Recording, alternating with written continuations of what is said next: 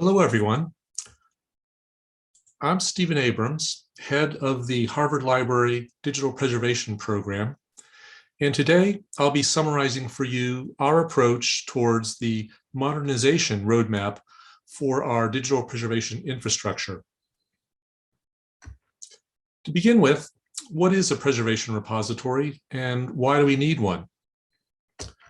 Well, we view a repository primarily as a service, not a system.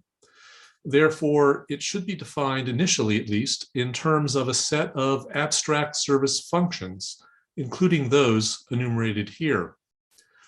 Such a list can be made somewhat arbitrarily short or long, depending upon the degree of granular detail that is appropriate. This set of functions, however, seems to align best with the ways in which our stakeholders view our preservation services. It's also important to define a repository in terms of what it is not, and that is a complete preservation solution. The repository is one important technical component, but needs to be complemented with a number of other programmatic resources, policies, strategies, procedures, and various human competencies in order to be fully effective in fulfilling the library's preservation mandate, which is to ensure the continuity of memory in the digital age. For us, that assurance has two aspects. First, the persistence of authentic information objects, and second, the persistence of legitimate information experiences. With all of that in mind, what's wrong with the library's current repository? Well, from one point of view, nothing. Harvard was a pioneer in digital library development. In fact, our current preservation repository just passed its 21st operational anniversary just 2 weeks ago. Over those decades, it has grown to steward content from more than 60 library units, organized into almost 450 collections, including over 10.5 million objects, 112 million files in over 70 file formats, all totaling about 1.7 petabytes of managed storage. And in all that time, there has been no instance of irretrievable content loss. So, pretty successful. But on the other hand, the current system is the culmination of some 20-odd years of in-house software development. Now, at the beginning, this made perfect sense, since that was quite before the open source revolution. Back then, if you needed something, you had to build it, and that's what we did. Now, however, that degree of one-of-a-kind customization places increasingly problematic demands on the library's IT group. Additionally, we have pretty much pushed the system to the limits of its conceptual design, which still is based on some assumptions we made a long time ago regarding static and presentational rather than dynamic and participatory information objects and experiential modalities. So we definitely know that it is time for us to make a change. Luckily, we have very good community-supported signposts to help guide us on our path. The two most significant are the SCAPE repository migration guidelines and the NDSA's own Good Migration checklist. If you're familiar with either or both of these instruments, you'll know that they start off with a lot of good discussion about preliminary analysis and planning. Having a strong sense of conceptual, technical, and operational needs, goals, and aspirations is a necessary foundation for any more detailed roadmap activity. So right now, we are engaged in significant stakeholder consultation, analysis, and discussion regarding just what it is we actually want. In terms of the repository as a managerial system, there are a number of high-level desires. Among them, stability, reliability, productivity, affordability, sustainability, and functionality.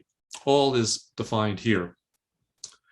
In terms of preservation outcomes, the system needs to ensure the archival integrity, accessibility, authenticity, and usability of the digital content being managed.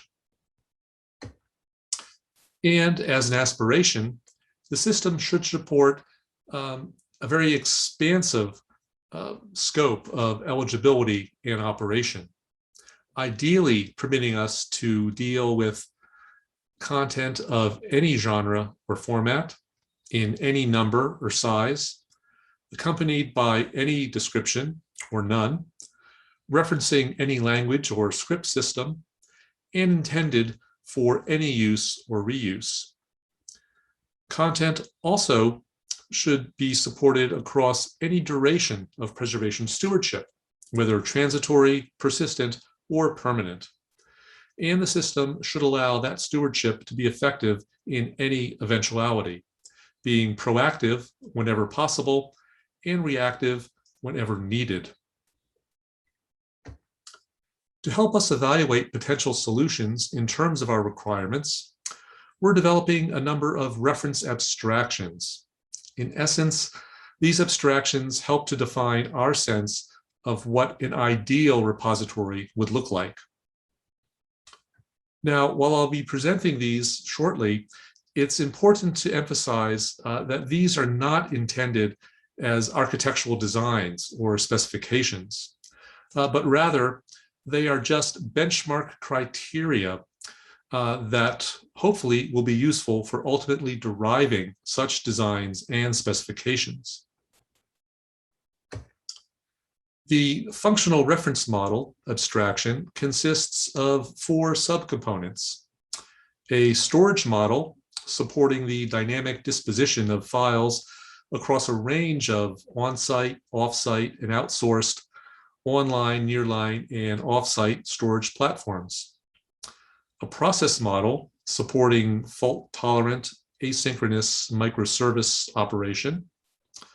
A data model, which I'll be introducing next, and an interaction model supporting both self-service dashboard as well as API modalities. The core of the model is the automated interaction between a policy engine that can evaluate user or system-triggered events in light of policy rules applied against content state, potentially resulting in a set of actions necessary to bring that state into conformance with policy terms. The data reference model is quite informed by previous OAIS, FRBR, other community initiatives, and various knowledge representation ontologies. Following from FRBR, we've introduced an expression abstraction interposed between objects and files in the modeling hierarchy.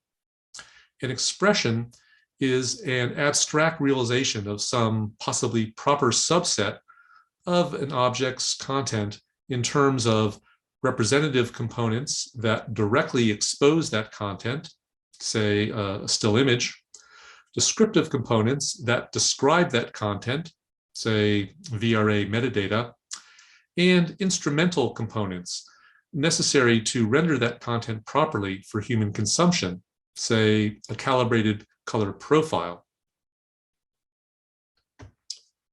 As I mentioned earlier, we are quite early on in our roadmap path. Our next steps are summarized here. Perhaps one of the more consequential steps we'll need to make soon is the critical build, integrate, or buy decision. Historically, we favored build, although more recently, we've been relying more and more on the integration of publicly available third-party tooling. But there are also a number of legitimate and quite interesting commercial alternatives open to us, And at this point, we do not want to foreclose proper consideration of them. With that, I will stop my presentation and I will look forward to your comments and questions. Also, if something occurs to you after the fact, please feel free to contact me at the email address that I'm giving here on this slide. So thank you, and please enjoy the remainder of the conference. Goodbye.